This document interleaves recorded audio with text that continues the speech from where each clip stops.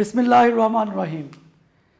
बेटे उम्मीद करता हूँ आप सब खैरियत से होंगे, अच्छे होंगे, खुश होंगे और खूब प्रैक्टिस कर रहे होंगे एंट्री टेस्ट की, जितनी ज़्यादा आप कर सकते हैं, और मैक्सिमम एमसीक्यू सॉल्व कर रहे होंगे, क्योंकि ये चीज़ सबसे ज़्यादा मैटर करती है कि आपने एमसीक्यूज़ की प्रैक्टिस कितनी की है। आज का जो हमारा लेक्चर, आज हम पढ़ेंगे chapter number 3 motion and force, जो कि बहुत इंपॉर्टेंट चैप्टर है। मैंने हमेशा एंट्री टेस्ट में इसमें से कम 2 एमसीक्यू आते देखे हैं। ऐसा तो हो ही नहीं सकता इसमें से एमसीक्यू ना आए, कम से कम इसमें 2 एमसीक्यू लाजमी आते हैं। मोशन एंड फोर्स को आज हम प्रॉपर्ली डिस्कस करेंगे। स्टार्ट करते हैं फर्स्ट टॉपिक से। और मैं अगेन आपको यही कह रहा हूँ कि पास पेपर के एमसीक्यूज आपने डाउनलोड कर लेने हैं। पास पेपर्स के एमसीक्यूज आप डाउनलोड करें और उसकी प्रैक्टिस करते जाएं, ताकि जितनी ज़्यादा प्रैक्टिस करते जाएंगे उतना जो है ना वो आपके लिए बेहतर है और आपका कॉन्फिडेंस लेवल ज़्यादा होता जाएगा। फर्स्ट टॉपिक है डिस्टेंस। मोशन एंड फोर्स में जो फर्स्ट टॉपिक हम डिस्कस करते हैं दैट इज डिस्टेंस। कि डिस्टेंस क्या होता है। देखिए डिस्टेंस क्या है, आप बड़े सिंपल वर्ड में कह सकते हैं कि total length of the path, जो भी किसी पाथ की टोटल लेंथ है उसके लिए आप वर्ड यूज करते हैं डिस्टेंस। डिस्प्लेसमेंट को आप किस तरह डिस्कस करते हैं। डिस्प्लेसमेंट के लिए आप कहते हैं कि मिनिमम डिस्टेंस बिटवीन 2 पॉइंट्स, कोई भी 2 पॉइंट्स के दरमियान में जो मिनिमम डिस्टेंस लेंगे वो हमेशा डिस्प्लेसमेंट होगा। तो टोटल एंड डिस्टेंस, मिनिमम जो आपके पास डिस्टेंस है उसको आप डिस्प्लेसमेंट कह रहे हैं। एक जनरल, ये सबको ये बातें पता होती हैं। देखें डिस्टेंस का जो यूनिट है, अगर हम इसके यूनिट की बात करते हैं तो वो हमेशा मीटर होता है। डायमेंशन आप इसकी एल से रिप्रेजेंट करते हैं। और सबसे मेन चीज़ ये कि डिस्टेंस एक स्केलर क्वांटिटी होती है। डिस्प्लेसमेंट की अगर आप बात करें तो डिस्प्लेसमेंट जो है ये एक वेक्टर क्वांटिटी होती है। डिस्प्लेसमेंट का भी यूनिट, अगर हम सिमिलैरिटी की बात करें, यूनिट इसका भी मीटर होता है और डायमेंशन इसकी भी जो है वो आप एल से ही रिप्रेजेंट करते हैं। अब मेन चीज़ ये कि आप, ये तो एक जनरल बातें हैं जो आप सब बच्चों को पहले से ही पता होंगी, मतलब इसमें क्या क्या आता है। अब हम आते हैं इनके एमसीक्यूज़ के ऊपर। बिल्कुल एक सिंपल कॉन्सेप्ट से स्टार्ट करते हैं। देखिए अगर मैं एक एमसीक्यू से स्टार्ट करूं, मैं अगर कहता हूं कि एक बॉडी जो है वो स्ट्रेट लाइन में मूव कर रही है। अगर एक बॉडी स्ट्रेट लाइन में मूव करती है तो आप सब बच्चों को पता होना चाहिए, जैसे मैं कहता हूं अगर मैं एक स्ट्रेट लाइन में मूव करता जा रहा हूं, ट्रांसलेटरी मोशन कर रहा हूं, स्ट्रेट लाइन के केस में डिस्टेंस और डिस्प्लेसमेंट आपस में इक्वल होते हैं। इसी तरह से अगर एक बॉडी किसी कर्व्ड पाथ में मूव कर रही है, सपोज एक बॉडी ने इस तरह से मूव किया, ये कर्व्ड पाथ, इसको आप ए कह लें, इसको आप बी कह लें, एक बॉडी कर्व पाथ में मूव कर रही है, तो इस केस में ये डिस्टेंस है और ये डिस्प्लेसमेंट है। इसका मतलब कर्व्ड पाथ के केस में डिस्टेंस जो है वो ग्रेटर होगा डिस्प्लेसमेंट से। तो 2 चीजें पहले हमने डिस्कस की। अब हम एमसीक्यू पे आते हैं कि अगर एक बॉडी स्ट्रेट लाइन में चलेगी तो डिस्टेंस और डिस्प्लेसमेंट इक्वल होंगे। अगर एक बॉडी कर्व्ड पाथ में मूव करेगी तो डिस्टेंस जो है वो डिस्प्लेसमेंट से ज्यादा होगा, ग्रेटर होगा। अगर आपसे ये पूछा जाता कि एमसीक्यू में आप ये बता दें, जो कि एमसीक्यू है, कि डिस्प्लेसमेंट टू डिस्टेंस रेशो क्या होगी। Displacement to distance ratio option आपके पास है लेस देन 1, बीटा ऑप्शन आपके पास ग्रेटर देन 1, चार्ली ऑप्शन है less than equal to 1, delta option है ग्रेटर देन इक्वल टू 1। अब चूंकि मैं पहले ही बता चुका हूं कि डिस्टेंस और डिस्प्लेसमेंट इक्वल भी हो सकते हैं और डिस्टेंस डिस्प्लेसमेंट से ज्यादा भी हो सकता है। अब वो कह रहे हैं डिस्प्लेसमेंट टू डिस्टेंस। देखिए अगर दोनों इक्वल होंगे तो 1 के इक्वल आएंगे। चूंकि डिस्प्लेसमेंट बड़ा होता है डिस्टेंस से, तो बच्चों अगर डिस्प्लेसमेंट डिस्टेंस से बड़ा है तो फ्रैक्शन में जितनी बड़ी वैल्यू होती है आंसर उसका उतना कम आता है। तो चूंकि फ्रैक्शन में बड़ी वैल्यू है, डिस्टेंस बड़ी वैल्यू है, तो इसका मतलब इसका आंसर जो आपके पास है वो लेस देन इक्वल टू 1 आएगा। इस केस में जो राइट ऑप्शन आपके पास वो चार्ली ऑप्शन होगा, लेस देन इक्वल टू 1। ये इसका राइट ऑप्शन है, चार्ली इज राइट ऑप्शन। इसी तरह से एक और एमसीक्यू हम डिस्कस करते हैं। अगर मैं कहता हूं कि मुझे ये बताएं कि एक बॉडी पॉइंट पी से चलना शुरू करती है और मूव करके दोबारा पॉइंट पी पे आ जाती है, मीन्स कि एक रेवोल्यूशन पूरी करती है। इस केस में डिस्टेंस कितना होगा और डिस्प्लेसमेंट कितना होगा। दोबारा सुने, एक बॉडी ने एक रेवोल्यूशन पूरी की, मीन्स के पॉइंट पी से बॉडी चली, मूव करके दोबारा पॉइंट पी पे वापस आ गई, तो इस केस में डिस्टेंस और डिस्प्लेसमेंट कितना होगा। बच्चों इस केस में जो डिस्टेंस है वो 2πr के इक्वल होगा, क्योंकि एक पूरी रेवोल्यूशन हुई। पूरी रेवोल्यूशन का मतलब आप जिस पॉइंट से चले उसी पॉइंट पे वापस आ गए। तो ये सर्कमफ्रेंस के इक्वल होता है, डिस्टेंस इस केस में 2πr, और डिस्प्लेसमेंट चूंकि वो मिनिमम वैल्यू होती है तो डिस्प्लेसमेंट जीरो होगा, क्योंकि एक बॉडी जहां से चली है उसी पॉइंट पे वापस आ गई है, तो डिस्प्लेसमेंट डेफिनेटली जीरो होगा इस केस में। तो उम्मीद करता हूं कि डिस्टेंस और डिस्प्लेसमेंट आपको क्लियर हो रहे होंगे, आपको कौन सा पता चल रहा होगा। नेक्स्ट अब हम डिस्कस करते हैं इस केस में एक और एमसीक्यू को। अगर मैं यहां पे डिस्कस करूं, अगर मैं कहता हूं कि इस तरह से आपसे पूछा जाए कि एक बॉडी सर्कुलर पाथ में मूव की और मूव करके वो बॉडी ए से बी की तरफ आ गई। सपोज किया कि एक बॉडी सर्कुलर पाथ में मूव कर रही है और मूव करते करते वो बॉडी ए से बी की तरफ आ जाती है। इस तरह से आती है कि सेमी सर्कल बनाते हैं, ये देखो सेमी सर्कल, ये सेमी सर्कल बना है।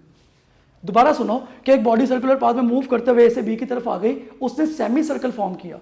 अब आपसे पूछा जाए कि डिस्प्लेसमेंट टू डिस्टेंस रेशियो क्या होगी। ऑप्शन आपके पास अल्फा ऑप्शन है π/2, बीटा ऑप्शन है 2/π, चार्ली ऑप्शन है पाई, डेल्टा ऑप्शन है 0। अब इस तरह के एमसीक्यू को कैसे सॉल्व करेंगे? देखो इस केस में एक बॉडी सर्कुलर पाथ में मूव कर रही है, लेकिन मूव ऐसे उसने किया कि उसने सेमी सर्कल फॉर्म किया। अगर उसने सेमी सर्कल फॉर्म किया, सेमी सर्कल का मतलब ये है कि हाफ सर्कल इस तरफ है, हाफ सर्कल इस तरफ है। उसने आपको डिस्प्लेसमेंट टू डिस्टेंस रेशियो निकालने के लिए कहा। इसका मतलब यह है कि अगर पूरी रेवोल्यूशन होती तो डिस्टेंस होता 2πr, अगर पूरा सर्कल होता यहां से यहां तक।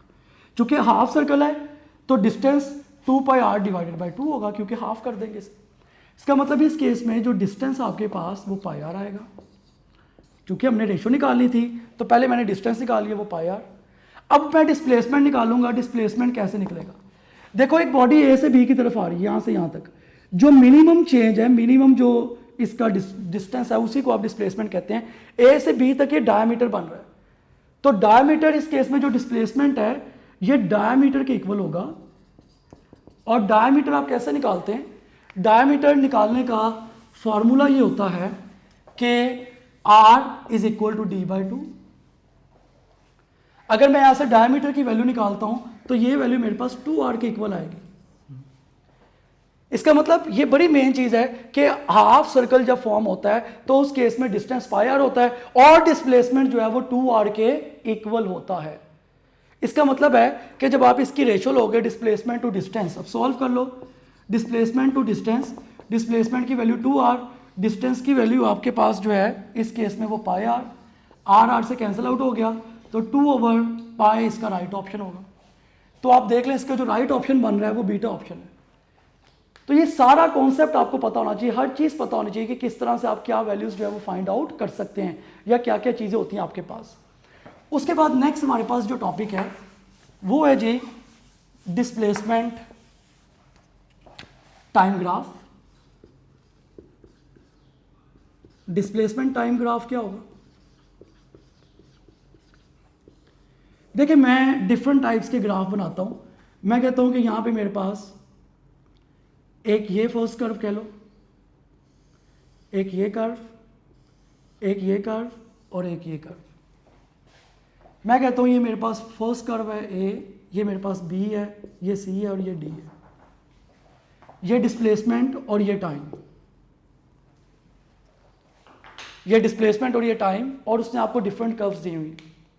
आप ये कर्व से भी अंदाजा, पहली बात तो ये कि यहाँ पे कुछ वर्ड आप स्लोप कह लो, टेंजेंट थीटा कह लो, राइज ओवर रन कह लो, ग्रेडियंट कह लो, डेरिवेटिव कह लो, इन सब का मतलब आपको पता होना चाहिए। सबका मतलब सेम है, सबका मतलब है रेशियो। तो y एक्सिस पे डिस्प्लेसमेंट, x एक्सिस पे टाइम है। अगर मैं इसकी स्लोप लेता हूं या डेरिवेटिव लेता हूं, स्लोप कह लो, टेंजेंट थीटा कह लो, राइज ओवर रन कह लो, ग्रेडियंट कह लो या डेरिवेटिव कह लो, अगर मैं इसकी स्लोप लेता हूं, डिस्प्लेसमेंट टाइम ग्राफ की स्लोप का फार्मूला होता है y axis over x axis. इसका मतलब जब मैं स्लोप लूंगा, y एक्सिस पे लिखा हुआ है d, x एक्सिस पे लिखा हुआ है t, तो d को आप जब भी t पे डिवाइड करोगे वो वेलोसिटी बन जाएगी, मींस कि v बन जाएगा। तो जब भी आप डिस्प्लेसमेंट टाइम ग्राफ की स्लोप लेंगे वो आपके पास वेलोसिटी होगी, वो वेलोसिटी के इक्वल आएगी। तो पहली चीज तो आपने ये सीखी कि जो भी स्लोप होती है डिस्प्लेसमेंट टाइम ग्राफ की वो वेलोसिटी होती है। अब यहाँ पे आप डिफरेंट कर्व्स देखें। जैसे फर्स्ट कर्व देखो, पहले इंक्रीज हो रही है और बाद में उसके बाद जो है वो डिक्रीज होना शुरू होगी। एंड से देखा करें आप। इसका मतलब जो कर्व ए है, मैं यहाँ पे इंडिविजुअल सारी की सारी कर्व्स की बात करूंगा कि कर्व ए, कर्व बी, कर्व सी, यहाँ पे मैं इस तरफ बोर्ड पे लिख रहा हूँ कि कर्व ए क्या होगी, कर्व बी क्या होगी, कर्व सी क्या होगी। कर्व ए के केस में आप देखें कर्व ए एंड से डिक्रीज हो रही है, लास्ट पॉइंट से देखें डिक्रीज हो रही है, डिक्रीमेंट की तरफ जा रही है। तो ए के लिए मैं ये कहूँगा कि ए की स्लॉप डिक्रीज हो रही है, इसका मतलब इसकी वेलोसिटी भी डिक्रीज हो रही है, क्योंकि स्लॉप डिक्रीज होने का मतलब वेलोसिटी डिक्रीज होगी। इसी तरह अगर मैं बी पॉइंट की बात करता हूँ, बी पॉइंट की जो स्लॉप है वो कॉन्स्टेंटली इंक्रीज कर रही है, देखिए एक जैसे इंक्रीज हो रही है। तो बी पॉइंट की अगर आप बात करेंगे, बी पॉइंट की जो स्लॉप है ये कांस्टेंट है, इसका मतलब बी पॉइंट की जो वेलोसिटी है वो कांस्टेंट है, क्योंकि हर पॉइंट पे एक जैसा चेंज आ रहा है, किसी भी पॉइंट पे आप चेंज ले लें वो एक जैसा आएगा। उसके बाद सी पॉइंट देखें, सी पॉइंट आहिस्ता आहिस्ता ऊपर की तरफ इंक्रीज हो रहा है, इसका मतलब अगर मैं पॉइंट सी की बात करूंगा तो पॉइंट सी पे जो स्लोप है वो इंक्रीज हो रही है, स्लोप इंक्रीज होने का मतलब वेलोसिटी इंक्रीज हो रही है। लास्ट से चेक किया करें, हमेशा लास्ट पॉइंट से अपवर्ड जा रही है पहले। और जो डी पॉइंट है, अगर मैं डी पॉइंट की बात करता हूं कि डी पॉइंट पे क्या है, डी पॉइंट के ऊपर जो वेलोसिटी है वो जीरो है, क्योंकि स्लोप चेंज ही नहीं आ रहा, स्लोप की वैल्यू एक जैसी है। देखो डी पॉइंट के ऊपर स्लोप ही नहीं है, इसका मतलब डी पॉइंट के ऊपर स्लोप जीरो है, उसकी स्लोप ही नहीं है, तो इसका मतलब उसकी वेलोसिटी भी क्या होगी, जीरो होगी। तो यहां से आप कई तरह के कॉन्सेप्ट देख सकते हैं कि जब भी डिस्प्लेसमेंट टाइम ग्राफ की स्लोप लोगे तो वो वेलोसिटी आएगी, वेलोसिटी टाइम ग्राफ की स्लोप लोगे वो एक्सेलरेशन आएगा। इसी तरह से आप डिफरेंट, आपको स्लोप का कॉन्सेप्ट पता होना चाहिए कि स्लोप डेरिवेटिव है, रेट है। अब मैं यहाँ पे एक और एमसीक्यू डिस्कस करता हूँ। मैं कहता हूँ कि अगर सपोज करो कि वो आपको ये एक डायग्राम इस तरह से बना के दे दे, वो आपको कहता है कि यहाँ पे एंगल 30 डिग्री है और यहाँ पे एंगल जो है वो 60 डिग्री। अब वो आपको ये कहता है कि ये आपके पास VA है, ये आपके पास VB है, या आप कह लो कि ये A पॉइंट है और ये B पॉइंट है, शायद ये ज़्यादा सिंपल रहेगा आपके लिए। A और B उसने आपको पॉइंट दिए हुए, और ये डिस्प्लेसमेंट टाइम ग्राफ है। वो कहता है velocity of A over velocity of B की रेशो निकालो। किस तरह निकलेगी, किस तरह से आप निकालेंगे velocity of A over velocity of B, ये बड़ा मेन है इसका कि आप कैसे इसको फाइंड आउट कर सकते हैं। तो velocity of A over velocity of B, भाई सिंपल सी बात है कि आपको डिस्प्लेसमेंट टाइम ग्राफ दिया गया है। अगर डिस्प्लेसमेंट टाइम ग्राफ दिया हुआ है तो आप इसकी स्लोप निकालोगे तो वो वेलोसिटी होगी। इसका मतलब मैं स्लोप कैसे निकालूंगा, मैं लिखूंगा tangent theta of A divided by tangent theta of B is equal to, ये आ जाएगा velocity of A over velocity of B। तो बड़ी सिंपल सी बात थी कि आपको, जारी सी बात है इसमें सिर्फ एंगल्स गिवन है, एक आपको B का एंगल गिवन है, एक आपको A का एंगल गिवन है। तो आपने सिंपली क्या करना है, जब भी आपने ऐसे एमसीक्यूज को सॉल्व करना है तो आपने इनकी रेशो ले लेनी। तो अब सिंपली आप वैल्यूज लगा दो, टेंजेंट थीटा A का जो एंगल है वो आप A का एंगल लगाओ, जो B का एंगल बन रहा है वो आप B का एंगल लगा दो।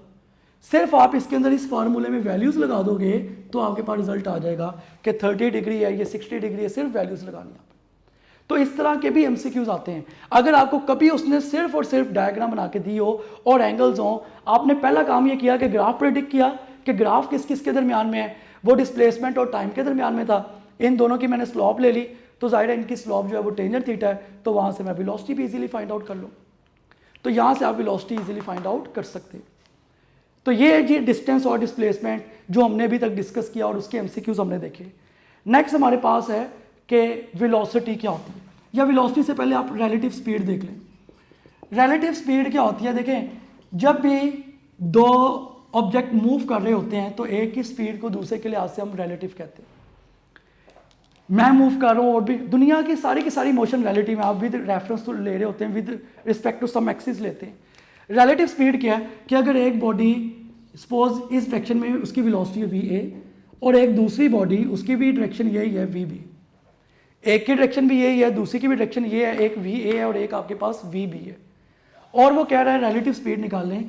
अगर डायरेक्शन सेम हो तो एक की वेलोसिटी में से दूसरी की वेलोसिटी को माइनस कर देते हैं। ये याद रखिएगा, रिलेटिव वेलोसिटी का ये पहला केस है कि अगर दो ऑब्जेक्ट्स की डायरेक्शन सेम हो तो आपने इसको सॉल्व करना है, तो आपने हमेशा वेलोसिटी को माइनस करके फाइंड आउट करना है। माइनस करेंगे तो आप उसको उसकी वैल्यूज निकाल लेंगे।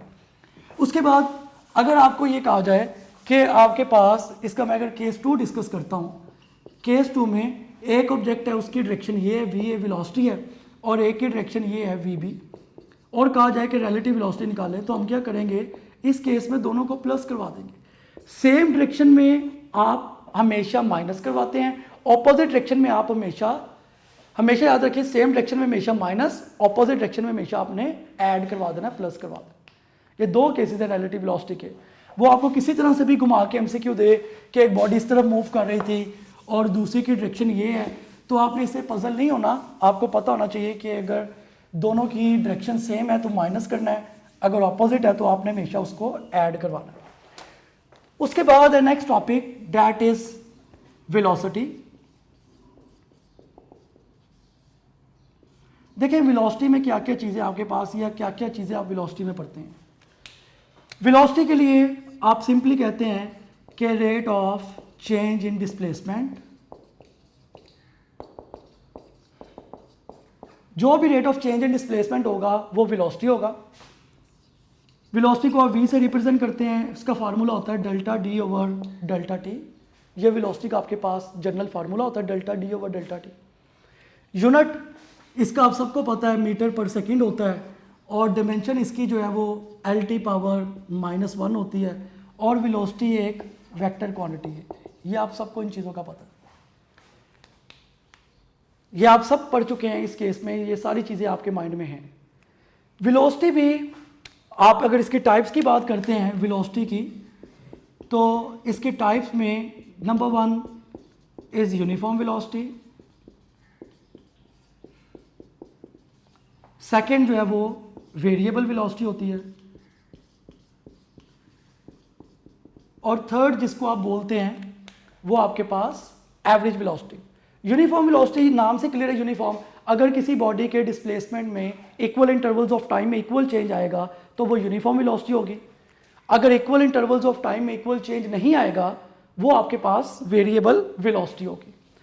तो यूनिफॉर्म वेलोसिटी में आप कहते हैं कि equal change in equal intervals of time, variable में आप कहते हैं कि इक्वल इंटरवल्स के अंदर जो चेंज है वो इक्वल इंटरवल्स ऑफ टाइम में इक्वल नहीं है, मतलब इक्वल इंटरवल का चेंज नहीं आता, इस केस में इक्वल चेंज नहीं होगा। ये तो हो गई एक जनरल सी बातें जो आप सब बच्चों को पहले से ही पता थी। अब हम आते हैं इसके ग्राफ की तरफ। इसका ग्राफ आपने किस तरह सॉल्व करना है। देखिए ग्राफ का जो पहला कंक्लूजन है, आपके पास कोई भी एक वेलोसिटी टाइम ग्राफ है, ये आपके पास वेलोसिटी है, ये एक टाइम है, कोई भी एक ग्राफ है आपके पास, इसको आप पॉइंट ए कह लें। वेलोसिटी टाइम ग्राफ के दो कंक्लूजन्स जो हैं वो आपको क्लियर पता होने चाहिए। अगर मैं कहता हूं कि एरिया ऑफ वीटी ग्राफ, जो भी वेलोसिटी टाइम ग्राफ का एरिया होगा, एरिया का मतलब ये होता है कि जैसे आप ये ट्रायंगल बना लें, ये इसका एरिया, ये जो भी वेलोसिटी टाइम ग्राफ का एरिया होगा ये हमेशा आपको डिस्टेंस प्रोवाइड करेगा, ये आपको पता होना चाहिए। वेलोसिटी टाइम ग्राफ का एरिया हमेशा डिस्टेंस देता है, ये बड़ा मेन पॉइंट है कि जब भी आपने वेलोसिटी टाइम ग्राफ निकालना है उसका एरिया आपको डिस्टेंस ही प्रोवाइड करेगा। अगर मैं यहां पे कहता हूं, ये तो वेलोसिटी टाइम ग्राफ का एरिया हो गया जो कि डिस्टेंस प्रोवाइड कर रहा है। अगर मैं कहता हूं स्लोप ऑफ वीटी ग्राफ, के वेलोसिटी टाइम ग्राफ की जो स्लोप है ये आपको क्या देगी, तो आंसर होगा एक्सेलरेशन। ये दो अलग अलग बातें हैं। वेलोसिटी टाइम ग्राफ का जब भी आप एरिया निकालते हैं तो आपके पास डिस्टेंस आता है, जब भी वेलोसिटी टाइम ग्राफ की आप स्लोप निकालते हैं तो आपके पास एक्सेलरेशन आता है। इसको मैं एक एमसीक्यू से अब डिस्कस करता हूं कि एक मैं सिंपल सा कोई एमसीक्यू यहां पे डिस्कस करता हूं आपसे। पेपर में अक्सर इसके एमसीक्यू आ जाते हैं। मैं कहता हूं कि आपके पास ये एक ग्राफ है, ये वैल्यू 0 है, इसको आप 5 कह लें, ये 10 है, ये 20 है, दरमियान में 15 और ये वैल्यू भी 10 है। ये वेलोसिटी और ये टाइम ग्राफ, वो कहता है डिस्टेंस निकालें। वेलोसिटी टाइम ग्राफ दिया हुआ है और वो कह रहा है डिस्टेंस निकालें, तो बड़ी सिंपल सी चीज़ है जो मैं आपको पहले ही बता चुका हूँ कि आपने सिंपली यहाँ पे करना है कि एरिया ऑफ वीटी ग्राफ, जो भी वीटी ग्राफ का एरिया है वो हमें क्या प्रोवाइड करेगा, डिस्टेंस। इसका मतलब मैं इसका एरिया निकालता हूं, ये वाला हिस्सा भी एरिया और ये वाला भी एरिया, इसमें एक ट्रायंगल बन रही है और एक आप रेक्टेंगल कह लें, ठीक है। तो आप इसको सॉल्व कैसे करेंगे कि distance is equal to area of triangle plus area of rectangle, rectangle बना लें। जितनी डायग्राम बन रही हूं, अगर 3 डायग्राम्स बनती मैं तीनों का एरिया निकालता, 4 बनती चारों का निकालता, 10 डायग्राम्स होती मैं 10 का एरिया निकालता। तो 2 डायग्राम से मैंने दोनों का एरिया निकालना कि area of triangle plus area of rectangle. Solve कैसे करोगे, यहां पे डिस्टेंस आएगा आपके पास हाफ, ट्रायंगल का मतलब क्या होता है, बेस इंटू हाइट। देखो इसकी बेस कितनी है, यहां से लेके यहां तक 10 और हाइट कितनी है 10, ये आ जाएगा हाफ 10 इंटू 10। ये एरिया ऑफ ट्राइंगल आ गया, क्योंकि फार्मूला होता है हाफ, बेस है बच्चों इसकी 10 और हाइट इसकी कितनी है 10, प्लस ये रेक्टेंगल है। रेक्टेंगल के एरिया का फार्मूला क्या होता है, लेंथ इंटू विड्थ। मेन चीज़ ये है कि 20 में से आपने 10 को माइनस करवाना, इतने हिस्से की लेंथ लेनी है आप। तो आप इसको करोगे 10 मल्टीप्लाई बाय 10। जब इसको आप सॉल्व करोगे ये आपके पास होगा 5 इंटू 10 होगा आपके पास 50 प्लस 100, तो इसका आंसर कितना बन जाएगा आपके पास 150 इज राइट ऑप्शन।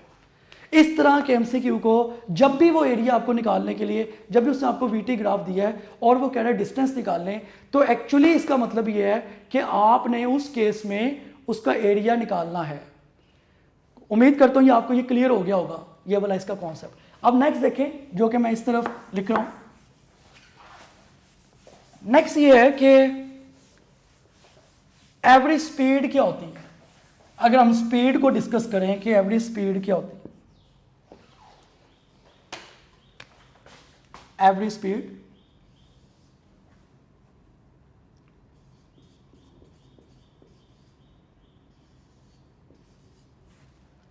स्पीड कह लें। अगर मैं सिंपली यहां पे एवरेज स्पीड को डिस्कस करता हूं कि एवरेज स्पीड क्या होगी, एवरेज स्पीड का मतलब होता है total distance divided by total time. Total distance को आप टोटल टाइम पे डिवाइड कर दें, that is average speed. Simple speed होती है distance over time, average speed होगी total distance divided by total time. ये आपके पास एवरेज स्पीड का फॉर्मूला। इसका मतलब जनरली आप लिखते हैं v is equal to s over t. Speed भी एक स्केलर क्वांटिटी है,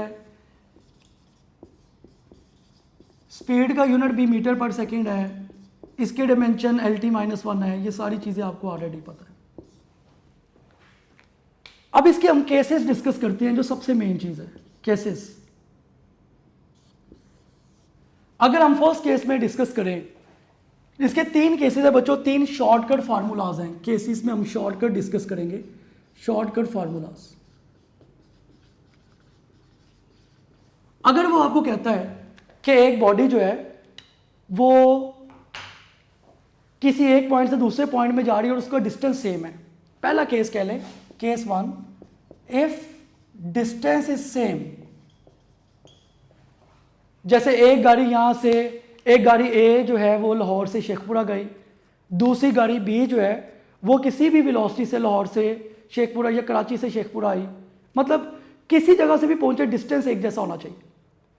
अगर किसी भी केस में डिस्टेंस सेम है, एक गाड़ी लाहौर से शेखपुरा पहुंच रही है, इसका मतलब उसका एक स्पेसिफिक डिस्टेंस है, दूसरी गाड़ी भी कहीं से शेखपुरा आ रही है, उसका डिस्टेंस भी उतना ही बन रहा है, डिस्टेंस सेम है। अगर डिस्टेंस सेम है और आपने एवरेज स्पीड निकालनी है, तो फार्मूला आपके पास होगा 2v1 v2 over v1 plus v2। ये सिर्फ फार्मूला तब लगाना है, v1 का मतलब पहली गाड़ी की स्पीड, पहले ऑब्जेक्ट की स्पीड, v2 का मतलब दूसरे ऑब्जेक्ट की स्पीड। ये फार्मूला सिर्फ आपने तब लगाना है अगर डिस्टेंस इसका क्या रहे, सेम। अगर डिस्टेंस सेम रहेगा तो हमेशा ये फार्मूला यूज होगा।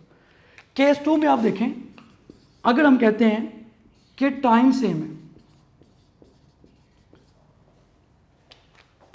टाइम सेम होने का मतलब है कि एक ऑब्जेक्ट ए से बी की तरफ गया, दूसरा सी से बी की तरफ गया, दोनों ने टाइम सेम लिया, 10 मिनट्स लिए, या दोनों ने 15 मिनट्स लिए, या दोनों ने 7 मिनट्स लिए। अगर टाइम सेम है, कंडीशन ये है, अगर टाइम सेम है तो एवरेज स्पीड निकालने का फार्मूला होता है v1 plus v2 divided by 2। याद रखें पहला केस है डिस्टेंस का, अगर डिस्टेंस सेम है तो ये फार्मूला, अगर टाइम सेम है तो ये वाला फार्मूला, कि टाइम सेम होने की वजह से V average is equal to V1 plus V2 divided by 2, ये फार्मूला होगा। तीसरा केस है अगर हम कहते हैं कि वेलोसिटी सेम है, अगर कभी भी ऐसा हो कि वेलोसिटी सेम हो,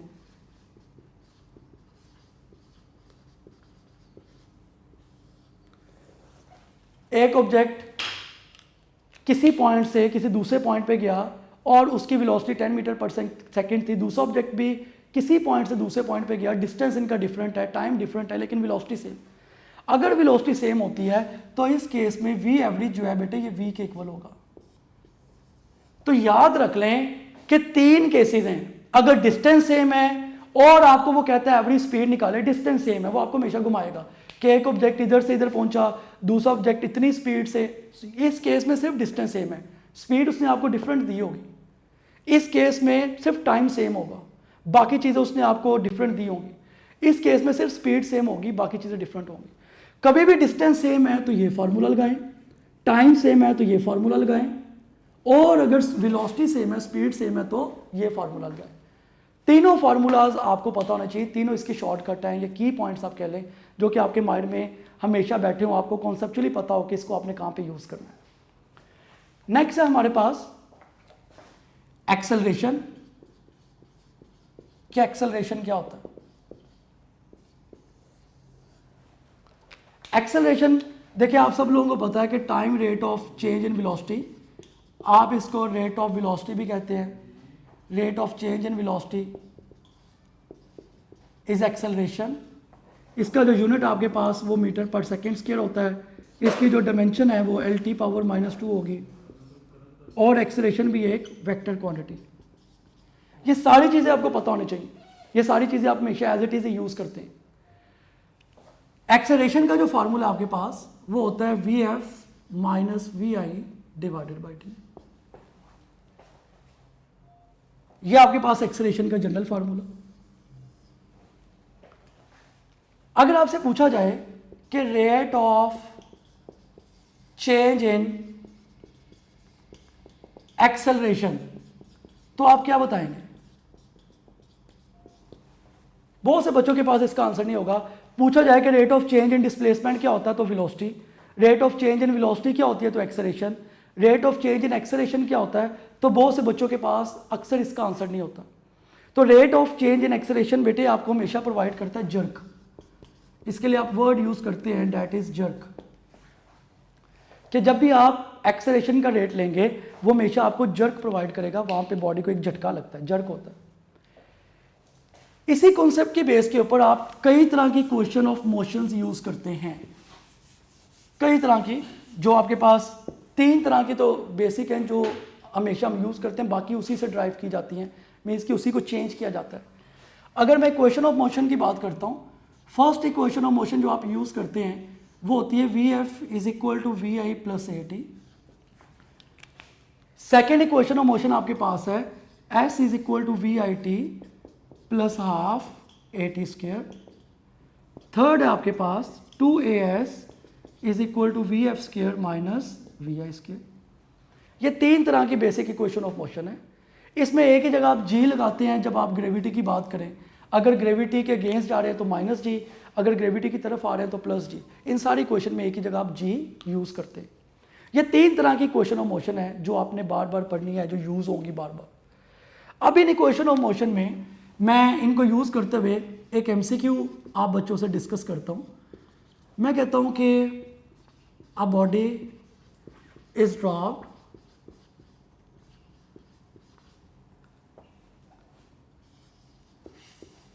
from rest and it comes to the earth in 3 second. एक बॉडी को आपने रेस्ट कंडीशन से ड्रॉप किया और वो ज़मीन की तरफ आई 3 सेकेंड में, ज़मीन की तरफ आई। Distance covered in 3 seconds is, वो आपको कह रहा है कि एक बॉडी को आपने रेस्ट से ड्रॉप किया और वो 3 सेकेंड के बाद अर्थ की तरफ आई, इसका डिस्टेंस कवर्ड कितना होगा। अब इस केस में आपने इस तरह के एमसीक्यूज को किस तरह से सॉल्व करना होता है या इस तरह के एमसीक्यूज का क्या कॉन्सेप्ट होता है। देखिए ऑप्शन इसके कुछ भी बना ले, मैं आपको पहले तरीका सिखाता हूँ। एक बॉडी को आपने रेस्ट कंडीशन से ड्रॉप किया, यहाँ से ड्रॉप किया और वो 3 सेकेंड के बाद अर्थ की तरफ आ गई, उसका डिस्टेंस कितना है। अब इस सारे कॉन्सेप्ट में जो आपको डाटा है गिवन है वो ये है कि इनिशियल वेलोसिटी 0 है और टाइम जो है वो 3 सेकेंड है, आपने डिस्टेंस निकालना है। अब खुद सोचो कि इक्वेशन 1 भी नहीं लग सकती क्योंकि उसमें फाइनल वेलोसिटी में हमारे पास फाइनल वेलोसिटी नहीं गिवन। इक्वेशन 3 भी नहीं लग सकती क्योंकि इसमें भी फाइनल वेलोसिटी है और हमारे पास फाइनल वेलोसिटी नहीं गिवन। इसका मतलब सिर्फ और सिर्फ इसमें एक ही क्वेश्चन लग सकती है जो कि क्वेश्चन नंबर 2 है। आप इसमें क्वेश्चन नंबर 2 लगाएंगे, इक्वेशन 2 है आपके पास VIT प्लस हाफ GT², ए की जगह आप G लिखेंगे क्योंकि फ्री फॉल की बात हो रही, ग्रेविटी आएगी। इसका मतलब आप ऐसे लिख सकते हो S = हाफ GT²। VI की जगह 0 आएगा क्योंकि इनिशियल वेलोसिटी 0 थी, जब आप 0 लिखोगे ये सब 0 हो जाएगा, सिर्फ रह जाएगा S = हाफ GT²। इसका मतलब आपने वैल्यू लगाई S = हाफ इंटू G की जगह आप लिखोगे 10 और T की वैल्यू आपके पास 3, तो 3 का स्क्वायर आप लोगे। जब आप सॉल्व करोगे ये 2 5 10, 3 का स्क्वायर 9 होता है, तो जब आप इसको फर्दर सॉल्व करेंगे तो ये आपके पास वैल्यू आ जाएगी 5 × 9, इसका आंसर आएगा आपके पास 45 मीटर। तो इस केस में जो राइट ऑप्शन होगा वो 45 मीटर होगा। इस तरह के भी एमसीक्यू आते हैं। अब और से तरह मेरी बात सुनिएगा, अगर सारा एमसीक्यू यही होता, यही सारा एमसीक्यू होता सारे का सारा, अब इस सारे एमसीक्यू में वो 3 की बजाय मैंने 3 सेकेंड तो सॉल्व करके आपको बता दिया कि आंसर 45 मीटर आ रहा है, अगर वो 3 की बजाय 3rd सेकेंड लिखता, 3rd सेकेंड एमसीक्यू यही होता और वो 3 की बजाय आपको 3rd सेकेंड कहता, तो आपने किस तरह सॉल्व करना था। 2 तरीके हैं इसके। एक तरीका तो ये देखें, अगर वो 3rd सेकेंड की बात करता, for 3rd second, 3rd second का मतलब होता है कि 3 सेकेंड पूरे नहीं हुए, ये बड़ा मेन डिफरेंस है। अगर वो 3 सेकेंड कहता है तो इसका मतलब 3 सेकेंड पूरे हो गए। अगर वो 3rd सेकेंड कहता है, 3rd सेकेंड का मतलब अभी 3 सेकेंड पूरे नहीं हुए। अगर 3 सेकेंड पूरे नहीं हुए इसका मतलब बॉडी दूसरे और तीसरे सेकेंड के दरमियान में है। 3rd का मतलब होता है 3 सेकेंड, जैसे 4th सेकेंड का मतलब 4 सेकेंड कंप्लीट हो गए। 4th का मतलब क्या है कि बॉडी तीसरे और चौथे सेकेंड के दरमियान में। तो जब आप इसको सॉल्व करोगे फॉर 3rd सेकेंड तो आपने डिस्टेंस किस तरह से निकालना है, S3 - S2, मतलब पहले वैल्यू 3 रखें जो कि 45 आई है, फिर S2 निकालें। एक तरीका तो ये है सॉल्व करने का, फिर मैं आपको इसका शॉर्टकट भी बताता हूँ, पहले ये समझ लें।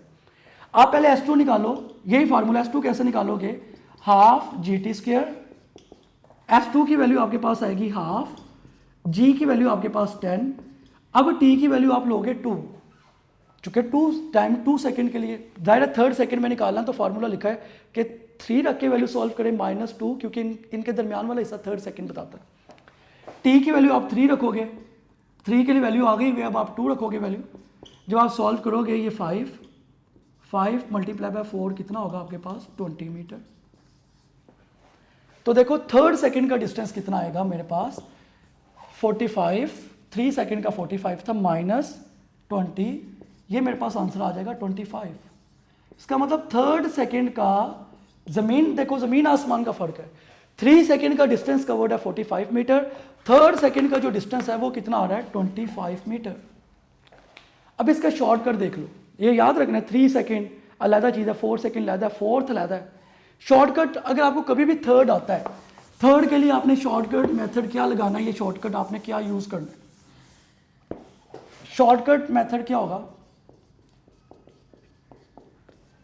शॉर्टकट मेथड आपने क्या यूज करना है 3rd के लिए, ये फार्मूला होता है VIT प्लस G/2 2n - 1, ये शॉर्टकट। जैसे मैं यही एमसीक्यू सॉल्व करता हूं 3rd second, for 3rd second के लिए डिस्टेंस हमने बताना है कितना आएगा। अब डायरेक्ट सॉल्व करो, देखो इनिशियल वेलोसिटी तो 0 है, ये सारा हिस्सा 0 हो गया, ये सारा हिस्सा 0, ये शॉर्टकट फार्मूला है। 3rd 4th कुछ भी आएगा, ये शॉर्टकट है। ये हिस्सा तो 0 हो गया, अब ये वैल्यू आपके पास आ गई G/2 × 2n - 1, ये आपके पास वैल्यू आएगी जी की जगह आप लिखोगे 10 डिवाइडेड बाई 2 टू एन की वैल्यू है 3 यानी कि थर्ड सेकेंड -1 सॉल्व कर लो 5 और ये आपके पास होगा 6 -1 5 मल्टीप्लाई बाय 5 ये कितना होगा 25 मीटर। आप खुद चेक कर लो कि थर्ड सेकेंड को जब मैंने इस तरीके से सॉल्व किया तब भी आंसर 25 मीटर आया था। जब मैंने डायरेक्ट शॉर्टकट फार्मूला लगाया केपीके मेथड मींस कि शॉर्टकट मेथड, जब मैंने शॉर्टकट मेथड लगाया तो ये आंसर आया मेरे पास। तो शॉर्टकट बेहतर है क्योंकि शॉर्टकट से आपके पास वहां पे इतना टाइम तो नहीं होगा, आपने डायरेक्ट ये फार्मूला लगाना है और आप इसका आंसर सॉल्व कर लेंगे। तो ये था जी डिस्टेंस और आपने किस तरह से थर्ड सेकेंड या फोर्थ सेकेंड या फोर्थ सेकेंड को कवर करना होता है। उम्मीद करता हूँ ये आपको इसका शॉर्टकट और ये चीज़ें समझ आ गई होंगी और आपने इसको एब्जॉर्ब भी कर लिया होगा। नेक्स्ट है हमारे पास बेटे न्यूटन लॉस कि न्यूटन लॉस क्या है या न्यूटन लॉस को आप किस तरह पढ़ते हैं। न्यूटन लॉस में हमारे पास क्या क्या चीज़ें हैं, अब हम उसको डिस्कस कर लेते हैं। देखिए अगर मैं बात करता हूँ यहाँ पे फर्स्ट लॉ की, यहाँ पे मैं डिस्कस करता हूँ सेकेंड लॉ को और यहाँ पे थर्ड लॉ को, third law of motion. First law जो है इसने फोर्स का कॉन्सेप्ट दिया था, concept of force. Second law जो है इसने ड्राइव किया था, ड्राइव फोर्स या रिलेशन ऑफ फोर्स। जो थर्ड लॉ है, थर्ड लॉ में उसने पेयर ऑफ फोर्सेस का कॉन्सेप्ट दिया था। पहला जो फर्स्ट लॉ था वो को फोर्स का कॉन्सेप्ट दिया था, सेकेंड ने ड्राइव किया था और थर्ड जो था वो पेयर ऑफ फोर्सेस था। इसका मतलब ये बड़ी मेन चीज़ है। सेकेंड लॉ में आपको पता ही है कि F is equal to M A का कॉन्सेप्ट यूज किया जाता है।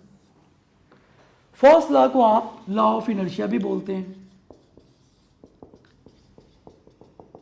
और आपको पता है इनर्शियल फ्रेम की अगर मैं बात करता हूं, इनर्शियल फ्रेम ऑफ रेफरेंस,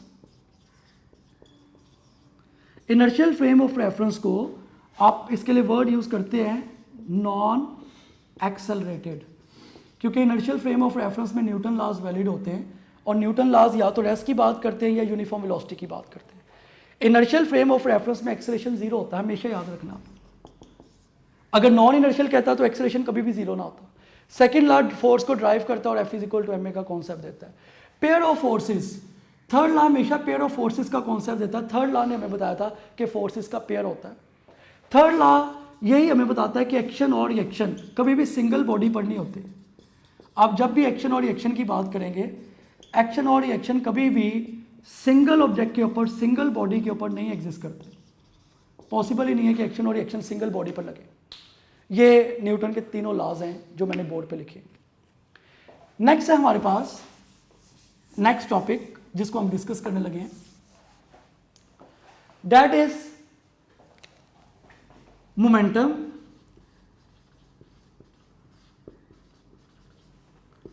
देखिए मोमेंटम का नाम सुनते ही आपके माइंड में यही चीज़ आती है कि मोमेंटम जो है क्वांटिटी ऑफ मोशन है। जितनी भी किसी बॉडी में क्वांटिटी ऑफ मोशन होती है उसको आप मोमेंटम बोलते हैं।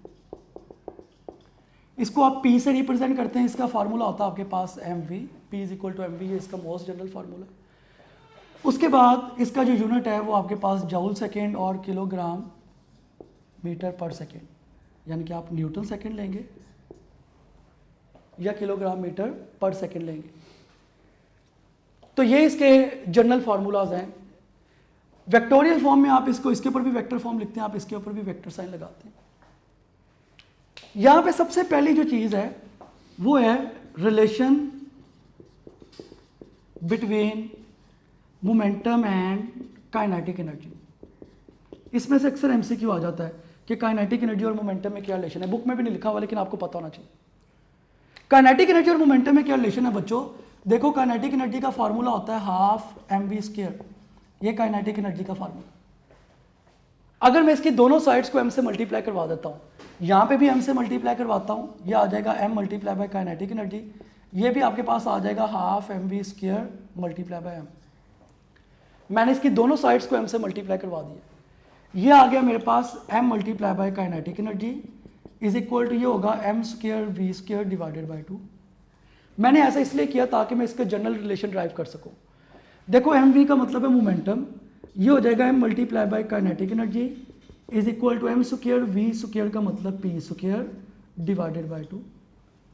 ये एक जनरल रिलेशन है between momentum and kinetic energy जो मैंने अभी ड्राइव की है।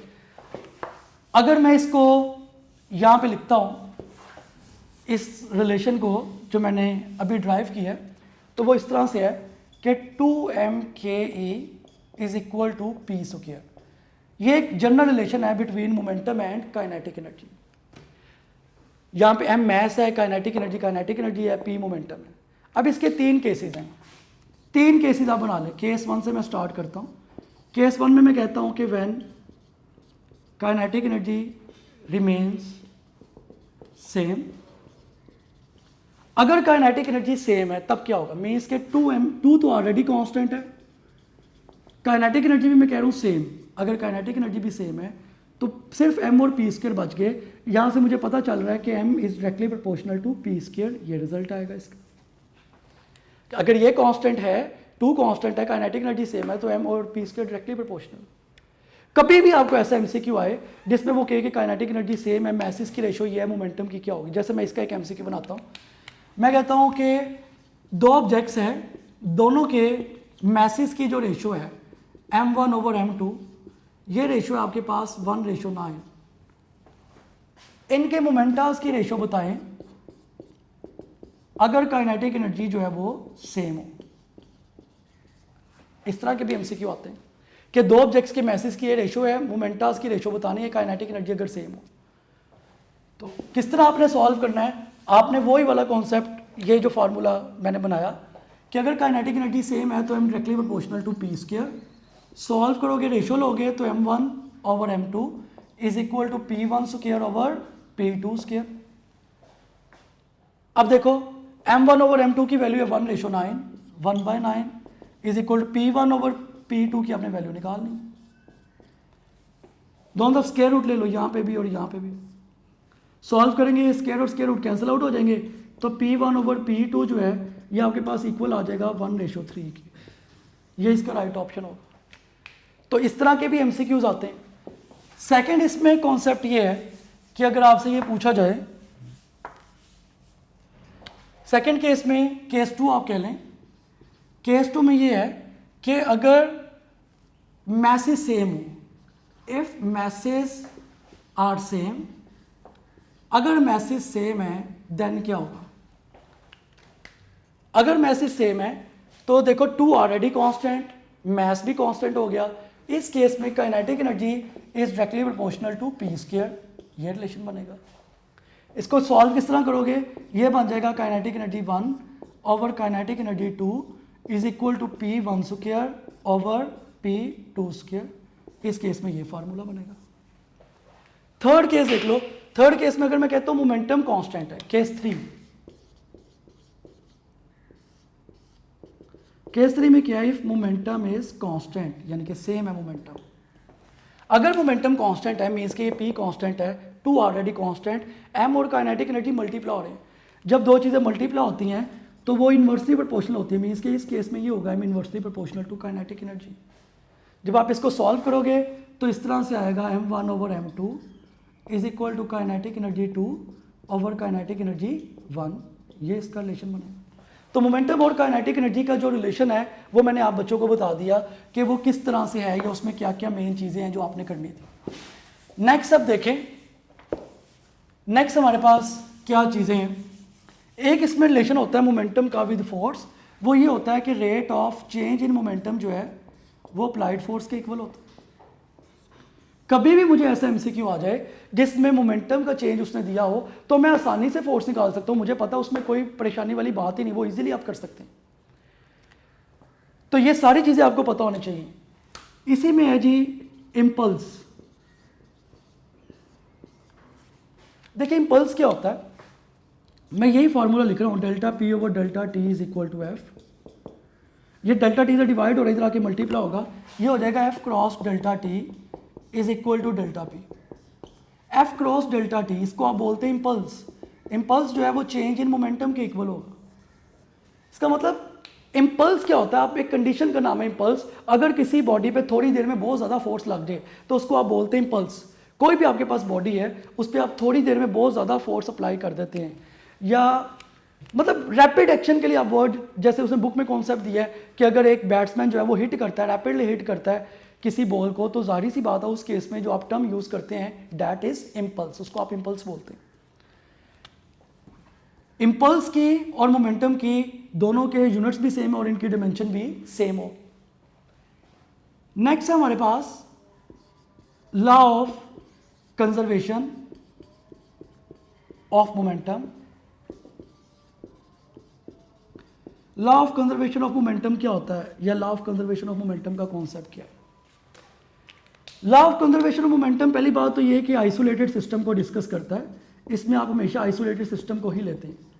आइसोलेटेड सिस्टम का मतलब ये होता है no external agency exert any force, एक ऐसा सिस्टम जिसमें कोई भी एक्सटर्नल एजेंसी जो है वो कोई भी फोर्स अप्लाई नहीं करती। इसका मतलब ये है, अगर हम इसको फर्दर सिंप्लीफाई करते हैं, आप इसको इक्वेशन में ऐसे लिखते हैं कि total initial momentum is equal to total final momentum. ये इसकी जनरल स्टेटमेंट है। आप इसको ऐसे भी लिखते हैं m1v1 plus m2v2 is equal to m1v1 dash plus m2v2 dash. ये इसकी जनरल इक्वेशन है। अब मैं इसका एक एमसीक्यू आपको करवाता हूँ जो कि बड़ा मेन एमसीक्यू है। इस तरह से एक दफ़ा स्टेटमेंट आई कि a shell of mass m moving with velocity v is suddenly explodes into two pieces in such a way that m by fourth part remain stationary with respect to other। WRT का मतलब with respect to। वो कहते हैं एक shell है जिसका mess m है, वो मूव पहले कर रहा था वेलोसिटी v से, वो एकदम दो हिस्सों में स्प्लिट हो गया। इस तरह से स्प्लिट हुआ कि m by 4 हिस्सा स्टेशनरी रहा with respect to other. The velocity of other part is, other part की वेलोसिटी क्या होगी? ऑप्शन आपके पास 3/4v, बीटा ऑप्शन है 4/3v, चार्ली ऑप्शन है 2/3v, डेल्टा ऑप्शन है 0। अब पहले इस एमसीक्यू के सेंस को समझें। एमसीक्यू में वो आपको ये बताना चाह रहा है, वो आपको ये कॉन्सेप्ट बता रहा है कि एक बेटे ये शेल है जिसका मैस m है और इसकी वेलोसिटी v है, ये v वेलोसिटी से मूव कर रहा है। ये सडनली फट गया, सडनली एक्सप्लोड हो गया दो हिस्सों में, मतलब एक शेल मूव कर रहा है और सडनली दो हिस्सों में वो एक्सप्लोड हो गया, फट गया। अगर ये सडनली दो हिस्सों में एक्सप्लोड हो गया, एक्सप्लोड इस तरह से हुआ कि एक हिस्सा m/4, ये वाला पार्ट m/4 ये स्टेशनरी रहा, मतलब ये मूव ही नहीं किया, इसकी वेलोसिटी 0 रही। एक शेल है जिसका मैस m है, वो वेलोसिटी v से मूव कर रहा था, सडनली दो हिस्सों में एक्सप्लोड हो गया। इस तरह से एक्सप्लोड हुआ कि एक हिस्सा m/4 स्टेशनरी रहा विद रिस्पेक्ट टू अदर। दूसरे हिस्से की इसकी आपने वेलोसिटी बतानी है, ये वाले पार्ट की वेलोसिटी क्या होगी, v डैश के। दोबारा सुन लो, एक शेल था जिसका मैस m था, वो वेलोसिटी v से मूव कर रहा था, वो दो हिस्सों में एकदम फट गया। जैसे एक शेल है मूव कर रहा है, एकदम फट जाए दो हिस्सों में, कि एक हिस्सा m/4 स्टेशनरी रहा, दूसरा हिस्सा मूव कर गया। जो दूसरा हिस्सा मूव कर गया उसकी वेलोसिटी आपने निकालनी v डैश। ये ऑप्शन आपके सामने है, मतलब ये हिस्सा स्टेशनरी रहा, ये मूव कर गया, इसकी वेलोसिटी आपने निकालनी। सॉल्व कैसे करोगे? Total initial momentum is equal to total final momentum, यही कॉन्सेप्ट लगाओगे ना आप। जब total initial momentum is equal to total final momentum का आप कॉन्सेप्ट लगाओगे तो बेटे इनिशियल मोमेंटम कितना होगा? वो पहले मूव कर रहा था वेलोसिटी v से, तो इनिशियल मोमेंटम होगा mv। फाइनल मोमेंटम क्या होगा? देखो दो पीसेज हुए, एक हिस्सा m/4 स्टेशनरी रहा, m/4 मल्टीप्लाई बाय वेलोसिटी यानी कि 0, प्लस दूसरा हिस्सा, खुद सोचो, अगर m/4 स्टेशनरी रहा, टोटल m है, m/4 स्टेशनरी रहा, दूसरा कितना होगा? तो अगर टोटल m में से m/4 माइनस कर दो, m में से m/4 माइनस करोगे तो दूसरा हिस्सा होगा 3m/4। एक कॉमन सेंस से जरा सोचो कि अगर m/4 पार्ट स्टेशनरी रहा, दूसरा हिस्सा मूव कर गया, अगर 1/4 पार्ट मूव नहीं किया तो 3/4 मूव कर गया। ऐसे नहीं समझ लगती तो माइनस कर लो, m में से m/4 को माइनस कर लो, तो 3m/4 मूव कर गया, इसकी वेलोसिटी आपने निकालनी है v डैश। ये बड़ा अच्छा, बड़ा एक क्वालिटी MCQ है और इसी तरह के पेपर में पसंद किए जाते हैं हमसे। अब होगा क्या, ये वाला सारा हिस्सा तो जीरो हो गया, मतलब ये आपके पास वैल्यू आएगी mv is equal to 3m/4 into V dash. ये m जो है इस m से कैंसिल आउट हो जाएगा, v डैश की हम वैल्यू निकालेंगे तो वो 4v/3 आ जाएगी। ये आपके पास v डैश की वैल्यू, जो हिस्सा मूव कर गया उसकी वेलोसिटी आपके पास जो है वो 4v/3 है, ये उसकी वेलोसिटी आपके पास। तो इसका जो राइट ऑप्शन आपके पास वो बीटा ऑप्शन है, beta is right option. Next अब हम डिस्कस करते हैं इसी के अंदर जो आपके पास है elastic collision and inelastic collision और उसके कुछ केसेस हैं। अब इलास्टिक कोलिजन क्या होती है? अगर हम इलास्टिक कोलिजन पे आते हैं, इलास्टिक कोलिजन, देखिए इलास्टिक कोलिजन आप एक ऐसी कोलिजन को बोलते हैं जिसमें काइनेटिक एनर्जी जो है वो कंजर्व रहती है, कांस्टेंट रहती है, और मोमेंटम भी कांस्टेंट रहता है, सेम रहता है। कोई भी दुनिया में आइडियल, इसको आप आइडियल कोलिजन कहते हैं, जो कि पॉसिबल नहीं होती, जिसमें काइनेटिक एनर्जी भी कंजर्व रहे, मोमेंटम भी कंजर्व रहे, जो कि पॉसिबल नहीं होता काइनेटिक एनर्जी का कंजर्व, मतलब इतना आइडियल रहना 100%। सेकेंड जो आपके पास है उसको आप बोलते हैं इनइलास्टिक कोलिजन। इनइलास्टिक कोलिजन में क्या होता है?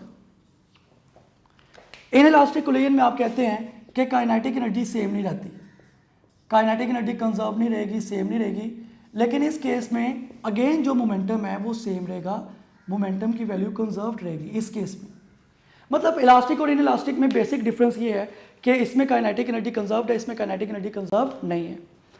अगर मैं सिंपली कहता हूँ, यहाँ पे एक MCQ पुट करूँ कि अगर टू बॉडीज जो है वो स्टिक हो गई आपस में, two bodies are stick together, अगर दो बॉडीज आपस में स्टिक हो गई हैं, चिपक गई हैं, तो अब कौन सी कोलिजन होगी? तो कॉमन सी बात है कि जब दो बॉडीज आपस में चिपक जाएंगी तो इनइलास्टिक कोलिजन होगी, क्योंकि इलास्टिक कोलिजन जो है वो कंजर्व रहती है, उसमें काइनेटिक एनर्जी कंजर्व रहती है, इनइलास्टिक में काइनेटिक एनर्जी कंजर्व नहीं रहती। बेटे नेक्स्ट टॉपिक है elastic collision in one dimension के। Elastic collision in one dimension क्या होती है? Elastic collision in one dimension में देखिए शुरू में जनरल से पॉइंट है, आप कंसीडर ही करते हैं कि two smooth and non rotating balls हैं जो कि एक स्ट्रेट लाइन में मूव कर रही हैं, मतलब कोई से दो बॉल हैं जो कि एक सीधी लाइन में मूव कर रही हैं, दोनों स्मूथ हैं, नॉन रोटेटिंग है और सेम डायरेक्शन में मूव कर रही हैं, वो आपस में कोलाइड करते थे। आप उस पर वही जाहिर सी बात है law of conservation of momentum और law of conservation of energy आप अप्लाई करते थे, ये कंक्लूजन निकालते थे आप। इसको आप कहते थे velocity of approach is equal to velocity of separation. याद है कुछ आप बच्चों को कि नहीं याद? या आप प्रूव करते थे कि टू स्मूथ और नॉन रोटेटिंग बॉल्स हैं, वो सेम डायरेक्शन में मूव कर रही हैं, आप उस पर लॉज अप्लाई करते थे, ये रिजल्ट आता था। ये रिजल्ट सिर्फ आपने याद रखना, इसमें इसकी डेरिवेशन नहीं करनी आपने। उसके बाद सबसे मेन चीज़ जो कि आपने याद रखनी है, ये पहले बॉल की फाइनल वेलोसिटी है, दूसरे बॉल की फाइनल वेलोसिटी, ये लाजमी आपको पता होनी चाहिए। ये पहले बॉल की फाइनल वेलोसिटी कैसे आपने निकाली थी, ये पूरी वैल्यू आपको पता होनी चाहिए। पेपर में अक्सर ऐसे MCQs आते हैं, वो आपको डाटा देखो ना, इसके खुद सोचो, खुद इसके MCQ बनाओ कि आपको वो कोई भी डाटा दे दे और वो कह दे कि फर्स्ट बॉल की फाइनल वेलोसिटी निकालें। कोई भी डाटा आपके पास एटलीस्ट इतना नॉलेज हो कि आप इसको यूज़ करते हुए फर्स्ट बॉल की फाइनल वेलोसिटी निकाल सके। इसी तरह से आपको सेकंड बॉल की फाइनल वेलोसिटी निकालने के लिए कहे तो सेकंड बॉल की फाइनल वेलोसिटी आप ये निकाल सके। ये आपने याद कर लेने, दोनों फार्मूलाज रट लेने, ये आपको पता होना चाहिए। अक्सर पेपर में इसके MCQ आ जाते हैं, मैं आपको बता रहा हूँ। इनिशियल और फाइनल वेलोसिटी वो आपको अच्छी तरह से पता होनी चाहिए, मतलब फर्स्ट बॉल की फाइनल वेलोसिटी, दूसरे बॉल की फाइनल वेलोसिटी, ये आपको बहुत अच्छी तरह पता होनी चाहिए, आपके माइंड में हो कि इसका क्या आंसर आता है। उसके बाद है फर्स्ट केस में वो ये कहता है कि अगर आपके पास टू बॉल्स हैं और दोनों के मैसेज इक्वल हैं, एक का मैस M1 है, एक का मैस M2 है, दोनों बॉल्स के मैसेज इक्वल हैं, दोनों से एक ही डायरेक्शन में मूव कर रहे हैं और ये आपस में कोलाइड करते हैं।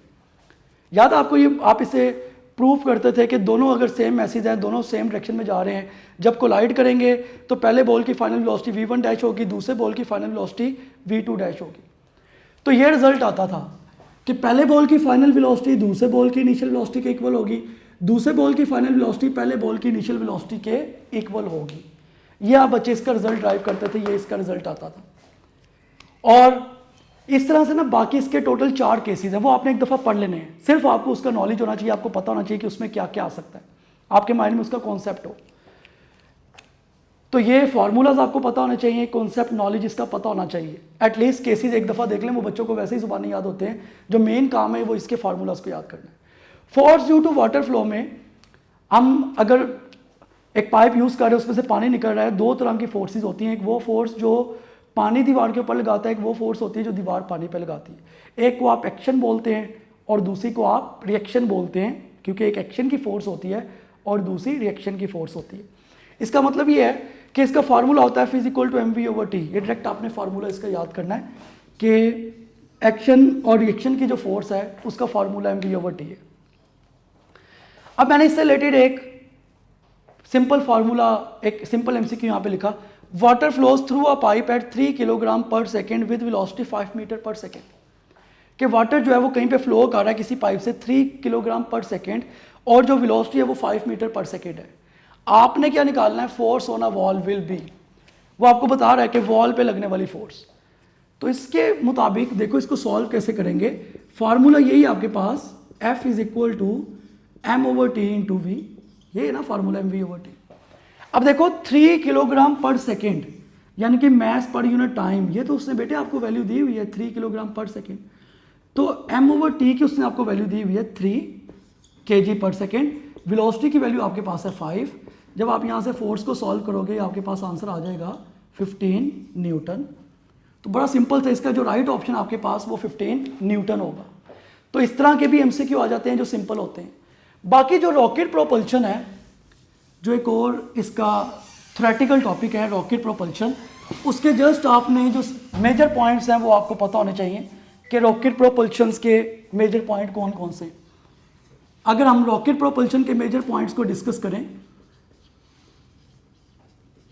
ये जस्ट 3 और 4 पॉइंट्स हैं जो मैं बोर्ड पे लिख रहा हूं, जो आप लोगों ने इसको याद रखना है। रॉकेट प्रोपल्शन के केस में पहला पॉइंट ये है कि rocket law of conservation of momentum के प्रिंसिपल चलता है। जाहिर सी बात है, आपने पढ़ा है कि रॉकेट जब भी हम मूव करवाते हैं वो law of conservation of momentum पर मूव कर रहा होता है। रॉकेट के लिए third law of motion valid है। सबसे मेन चीज ये कि 80% ऑफ मास जो रॉकेट का है ये फ्यूल पर कंसिस्ट करता है। फ्यूल इसका सॉलिड की फॉर्म में भी हो सकता है प्लस लिक्विड फॉर्म में भी हो सकता है, जैसे ऑक्सीजन और कार्बन की फॉर्म में उसने बुक में लिखा हुआ है। तो law of conservation of momentum, third law of motion, 80% जो रॉकेट का मास है वो फ्यूल पर कंसिस्ट करता है। रॉकेट जो है वो इससे जो निकलने वाली गैसेस हैं वो 4000 मीटर पर सेकेंड की वेलोसिटी से निकल रही होती है, मूव कर रही होती है। और 1 सेकेंड में rocket 10,000 kilogram per second fuel use कर रहा होता है। ये बड़ी सरप्राइजिंग चीज़ है कि 1 सेकेंड में 10,000 kg, यानी कि 10,000 kg रॉकेट जो है वो 1 सेकेंड में यूज करता है। मतलब ये बड़ी सरप्राइजिंग चीज़ है, मैं समझता हूँ कि 10,000 kg पर सेकेंड। उसके बाद नंबर ऑफ रॉकेट्स। अब रॉकेट की प्रॉब्लम कैसे ओवरकम करते हैं हम, नंबर ऑफ रॉकेट्स को कंबाइन कर देते हैं कि ये रॉकेट है कि ये रॉकेट है कि ये रॉकेट। जिसका फ्यूल खत्म होता जाएगा, जैसे सबसे नीचे वाले का फ्यूल यूज़ हुआ, इसका फ्यूल खत्म हो गया, ये गिर जाएगा। फिर ऊपर वाला उसका फ्यूल खत्म हुआ, वो गिर गया। फिर ऊपर वाला उसका फ्यूल खत्म हुआ, वो गिर गया। जिसका फ्यूल यूज़ होता जाता है वो गिरता जाता है। ये रॉकेट में बड़ी मेन चीज़ है। तो 10,000 kg पर सेकेंड फ्यूल बहुत हैवी फ्यूल है, और इसकी प्रॉब्लम को ओवरकम करने के लिए आप नंबर ऑफ रॉकेट्स को कंबाइन कर देते हैं। बहुत सारे रॉकेट्स को आप कंबाइन कर देते हैं ताकि ये फ्यूल की प्रॉब्लम जो है वो खत्म हो जाए, फ्यूल की प्रॉब्लम ना हो। उसके बाद रॉकेट का जो एक्सेलरेशन का फार्मूला है वो mv/m होता है। ये फार्मूला बुक में एज इट इज लिखा हुआ। इसमें सबसे मेन चीज ये है कि कैपिटल M को आप बोलते हैं मास ऑफ रॉकेट। ये रॉकेट का मास है। इसका मतलब आप ये देखो कि mv गैसेस का मोमेंटम, गैसेस के लिए जो आप मोमेंटम यूज कर रहे हैं, आप ये देखो कि यहाँ से हमें क्लियरली पता चल रहा है कि a is inversely proportional to capital M, यानी कि जितना रॉकेट का फ्यूल ज़्यादा यूज़ होता जाएगा, मैस कम होता जाएगा, उतना एक्सेलरेशन ज़्यादा होगा। मतलब जितना रॉकेट ज़्यादा उसका फ्यूल बर्नट होता जाएगा, उतना उसका मैस कम होता जाएगा और एक्सेलरेशन उतना ज़्यादा होगा। अब थ्रस्ट उतनी ज़्यादा होगी, उतना स्पीड से वो मूव करेगा, उतना एक्सेलरेशन ज़्यादा होगा। तो रॉकेट के केस में जो आपको सबसे मेन चीज़ पूछी जा सकती है वो इसका फार्मूला है। बाकी क्योंकि ई कैट में कभी भी इस तरह के जो है ना वो स्टेटमेंट टाइप क्वेश्चन नहीं आते, ई कैट में हमेशा इसी फॉर्मेट पे क्वेश्चंस आते हैं। इसके फार्मूला को मतलब ये एम वी गैसेस का मोमेंटम है, कैपिटल एम जो है ये रॉकेट का मैस है। तो ये आपको चीज़ें पता होनी चाहिए। और बच्चों इसकी मैक्सिमम प्रैक्टिस, जितनी आप प्रैक्टिस कर सकते हैं उतनी कम है। मैक्सिमम प्रैक्टिस करें, आपको मैक्सिमम चीज़ें आती हैं। तो इंशाल्लाह ताला अब हम आज का लेक्चर तो हमारा यहाँ तक ही कंप्लीट हो गया। सिर्फ एक टॉपिक इसका रह गया है, प्रोजेक्टाइल मोशन, जो कि हम चैप्टर नंबर 4 के साथ ही उसको डिस्कस करेंगे। वो हम प्रोजेक्टाइल मोशन भी करेंगे जो कि सबसे इंपॉर्टेंट टॉपिक है, और साथ ही हम चैप्टर 4 को भी स्टार्ट कर देंगे। तो बेटे आज का जो आपका काम है वो यहाँ तक किया, आपने इसको अच्छी तरह से करना है। और प्लीज़ इसकी आप जितनी प्रैक्टिस हो सकती है वो करें, जितनी मतलब आप जितना मैक्सिमम इसको प्रैक्टिस कर सकते हैं वो आप करें, आपका उतना फ़ायदा होगा, उतना कॉन्सेप्ट ज़्यादा क्लियर होगा। पास पेपर के MCQs लास्ट में ऐड करें। तो इंशाल्लाह ताला फिर अब नेक्स्ट लेक्चर में मुलाकात होगी। तब तक इसके MCQs प्रैक्टिस कर लें। मैं अगेन यही कह रहा हूँ कि मैक्सिमम MCQ प्रैक्टिस कर लें। तब तक अल्लाह हाफ़िज़।